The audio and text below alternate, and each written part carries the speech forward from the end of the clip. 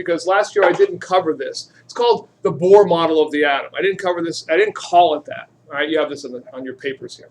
And I realized this, this is actually on the AP exam, and it's like just a different terminology, but it's the same basic idea of what we've been talking about with what happens to electrons when they get excited in a flame test or in a spectrum tube. Okay, so the Bohr model was an earlier model of the atom. Niels Bohr came up with this, and it's kind of been superseded by the quantum theory, which I've been trying to teach you. But basically, it actually was able to predict those lines that you're seeing when you look through the spectroscope, where they show up. They can actually predict. He actually was able to predict them for certain elements, smaller elements, like hydrogen was actually very good at doing this. Okay, so it was an early theory of the early atomic theory that predicted the energy and spectral lines of smaller atoms like hydrogen. And you're going to see those when you look through your spectroscopes at the spectrum tubes, which I have set up around the room. Not sure how much time we'll have today. You might be able to get them done because tomorrow we're doing the actual lab. But I also have to go over the flame test with you as well. So it may take me more time to do that, and you won't have time to actually look at them up close. But if you don't, we'll have time tomorrow at the end of the flame test lab. I don't want a whole lot of notes to give you here because it's mostly about the pictures and explaining what's going on.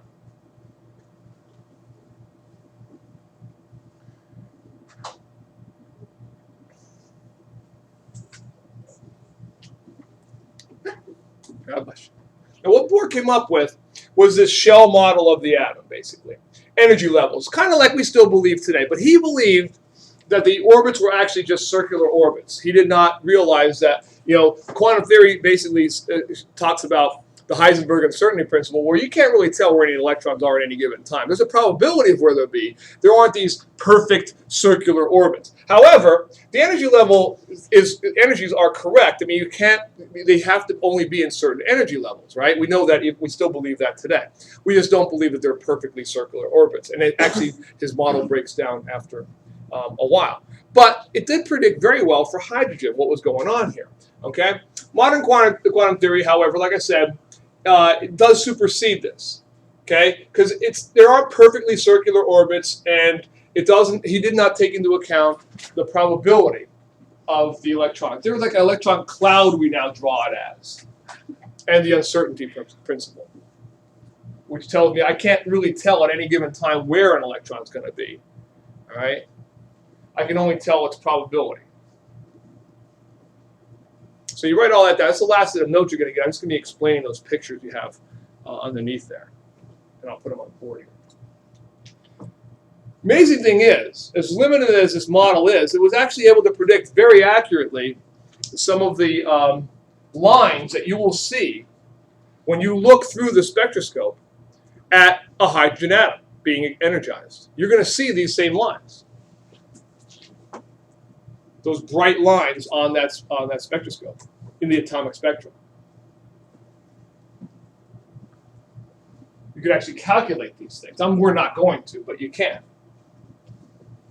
Where they would show up, what wavelengths they would be at, and so on. As far as we're concerned, all I'm asking you to understand, though, before I leave this, is something that's universal. You know what's going on here. We have electrons that can only exist in these energy levels. I gave them energy by either a spectrum tube or a flame test or ultraviolet light. They jump up to higher energy levels, and when they fall back down, they give off specific amounts of energy, which we will see as a specific line on that spectrum. When this guy energizes, when he jumps up to a higher energy level and falls back down, he often falls back down in stages, as you can see this guy doing here, okay? And he doesn't fall all the way back down. He gives off specific, and those correspond to lines. Oops. They correspond to lines on different colored lines. Now, if you look on the next paper, I think on the back side of that paper, you don't have the colors in here. But if you look at mine, you can see the colors. There are several series of how, when these electrons are in just a hydrogen atom, are excited. How many electrons does hydrogen have, by the way? Only one. Why does he have so many lines? Well, it depends on what energy levels he jumps up to, that electron. And when he falls back down, he may fall back down in a series of steps. And so, for example, the Balmer series has 4 visible light colors that you will see. And you will actually see those colors. I don't know if I have that on your sheet too on the bottom. You will actually see those colors right here. There they are. So look, maybe this one probably illustrates it the best. Is this one on the front side? Yeah. This probably illustrates it the best. Okay? You know, when you see that purple line, everybody watch this. This is kind of, will hopefully bring it all together for you. When you see this purple line right here, that corresponds to an electron falling back, actually, to from this energy level down to the ground state where he was, first energy level. Okay?